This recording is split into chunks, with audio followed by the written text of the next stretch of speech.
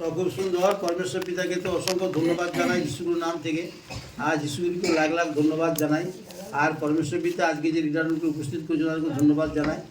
আর ঈশ্বরের পুত্রপুত্রী যারা আছেন তাদেরকে আমার অন্তর থেকে নমস্কার জানাচ্ছি। আর পরমেশ্বর পিতা তো এতক্ষণ তো আত্মার খাবার দিলেন, আমরা তো গ্রহণ করলাম। আর সেই আত্মার খাবার গ্রহণ করে আমরা যেন সর্বদা সেই আত্মা অনুসারে চলি। আর পরমেশ্বর পিতার কাছে প্রার্থনা ভোজন যেন সর্বদা করতে থাকি। তো পরমেশ্বর পিতা আজকে তো শিক্ষা দিলেন আর আমিও শিখতে পারলাম। তো পরমেশ্বর পিতার কাছে আমরা সর্বদা যেন বিশ্বাস রাখি আর তার উপরে ভরসা রাখি। বিশ্বাস যদি না রাখি আমাদের কোনো কিছু হবে না। কেন? একমাত্র ঈশ্বর ছাড়া আর আমাদের কেউ কার্য করতে পারবে না। মনুষ্যর উপরে বিশ্বাস করতে না বলেছে পরমেশ্বর পিতা। কেন? মনুষ্যর মধ্যে সেই পরিত্রাণ শক্তি নেই। এই জন্য পরমেশ্বর পিতা বলছে যে মনুষ্যের উপরে বিশ্বাস করো না, আমার উপরে বিশ্বাস রাখো, তো আমি তোমাকে পরিত্রাণ করবো, পরমেশ্বর পিতা বলে। তো সেই জন্য সর্বদা যেন ঈশ্বরের প্রতি আমরা বিশ্বাস রাখি, সেই অনুসারে চলতে থাকি। তো আমি একটু বাক্যে যাব, লুকে একটু পুরো লুকে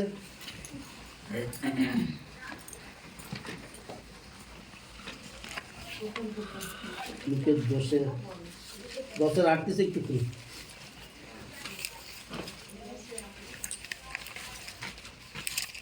142 পৃষ্ঠে। আর যখন তাহারা যাইতেছিলেন তিনি কোনো গ্রামে প্রবেশ করিলেন, আর মার্থা নামে একটি স্ত্রীলোক আপন গিয়ে তাহাকে আতিথ্য করিলেন। যিশুগুরু প্রচার কার্য করতে করতে রাস্তা দিয়ে যাচ্ছিল, তারপরে মার্থার বাড়ির সামনে দিয়ে। আর মার্থা যিশুগুরুকে ডাকলো তার বাড়িতে, আপনি আসুন আমার বাড়ির মধ্যে আতিথ্য করার জন্য, তাকে সেবা করার জন্য। হ্যাঁ, সেই আমরা কি করি, কোনো লোকজন এলে আমাদের বাড়িতে অতিথি এলে কি করি, আমরা আপ্যায়ন করি না?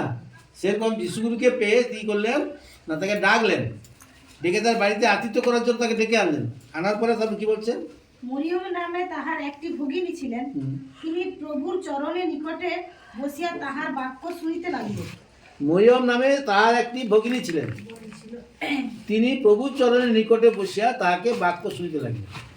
তাহলে ডাকলো কে? মার্থা, পরিচর্যা করবে বলে। আর তার বোন ছিল, সে কি করলো না, প্রভু যেখানে বুঝলো তার চরণে বসে কি করলো? বাক্য শুনতে লাগলো। তাহলে আমাদের পরমেশ্বর পিতা কি শিক্ষা দিচ্ছেন? যে আমাদের সর্বদা যেন ঈশ্বরের বাক্যটা আমরা শুনতে থাকি মন দিয়ে। কেন? বাক্যটা খুব মূল্যবান। আর মার্থা আনলো, কি করলো? তাকে পরিচর্যা করে ব্যস্ত। কি কি খাবে কি না খাবে, শরবত করি, চা করি, খাবার করি, জল খাবার করি, নানা রকম কাজে তিনি ব্যস্ত হয়ে পড়লেন মার্থা। সেই জন্য আমাদের সর্বদা পিতা পুত্রকে সঙ্গে নিয়ে চলতে হবে, এটাই তার শিক্ষা। তো চলছে, তখন কি বলছে যে মরিয়ম তার কি করলেন না, বাক্য শুনতে লাগলো। কিন্তু মার্থা পরিচর্যার বিষয়ে অধিক ব্যতিব্যস্ত ছিলেন, ব্যস্ত হয়ে পড়ছে। তাকে কিভাবে সেবা যত্ন করবে, আতিথ্য করবে, পরিচর্যা করবে, তাকে খুব ব্যস্ত হয়ে পড়ছে। আর ব্যস্ত হওয়ার পরে কি করছে? কিন্তু মার্থা পরিচর্যার বিষয়ে অধিক ব্যস্ত ছিলেন। আর তিনি নিকটে এসে কহিলেন, প্রভু আপনি কি কিছু মনে করিতেছেন না যে আমার ভগিনী পরিচর্যার ভার একা আমার উপরে ফেলিয়া রাখিয়াছে? জ্বলন এলো কার? মাথার মধ্যে রাগ এলো, হিংসা এলো, আর শয়তান প্রবেশ করছে তার মধ্যে। কবিতাজি ভাইয়ের দ্বারা পাপের কথা বলে গেল না কত সুন্দর ভাবে। কার মধ্যে পাপ এলো? কার মধ্যে? মার্থার মধ্যে। কেন? মার্থা তাকে ডেকে আনলো, সে পরিচর্যায় ব্যস্ত, আর তার বোন তার কাছে বসে বসে কাজে ব্যস্ত। এই জন্য বলছে, প্রভু আপনি কি দেখিতে পাচ্ছেন না যে আমি কত ব্যস্ত হয়ে পড়ছি? তারপরে কি বলছে লাস্টে? অতএব উহাকে বলিয়া দিন যেন আমার সাহায্য করতে আসে। তাহলে মরিয়মকে বাক্য শুনতে দিচ্ছে না কে? শয়তান।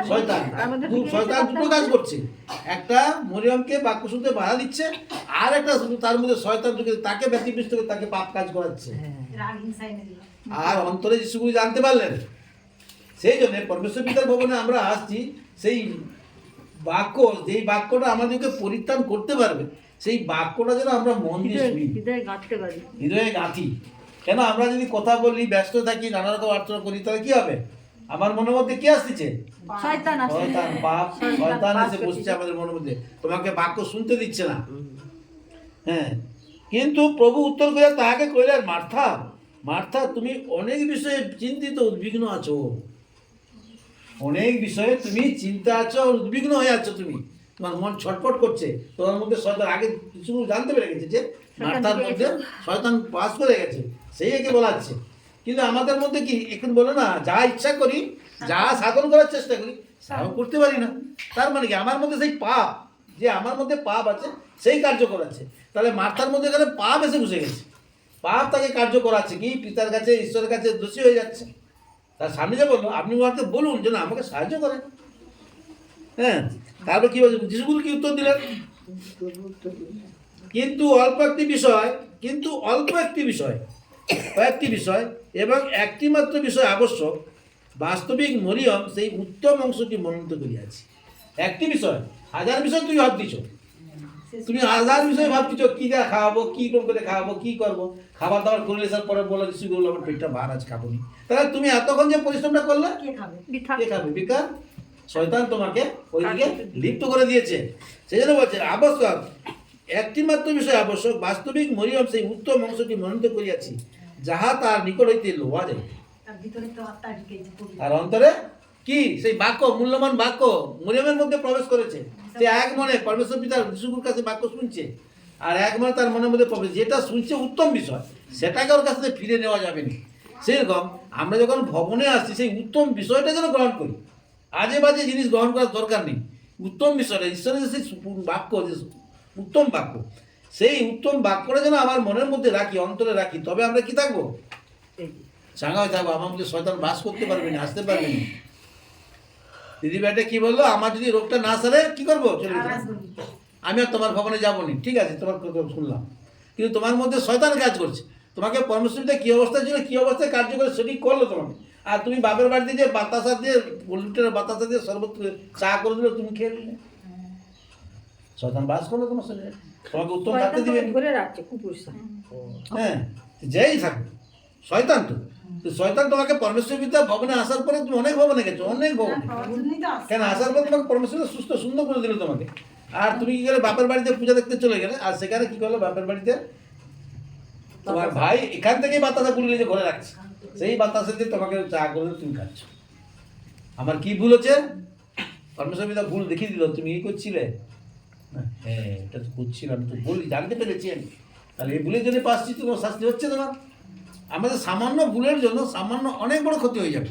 সেই জন্য সর্বদা ঈশ্বরের সেই বাক্যটা যেন আমরা মন দিয়ে গ্রহণ করি আর অন্তরে ধরে রাখি, আর বাক্যতে এসে পরমেশ্বর পিতার ভবনে এসে এলোমেলো কথা যেন না বলি, শুধু পরমেশ্বর পিতার সেই মূল্যবান যে বাক্য, সেই বাক্যটা যেন গ্রহণ করি।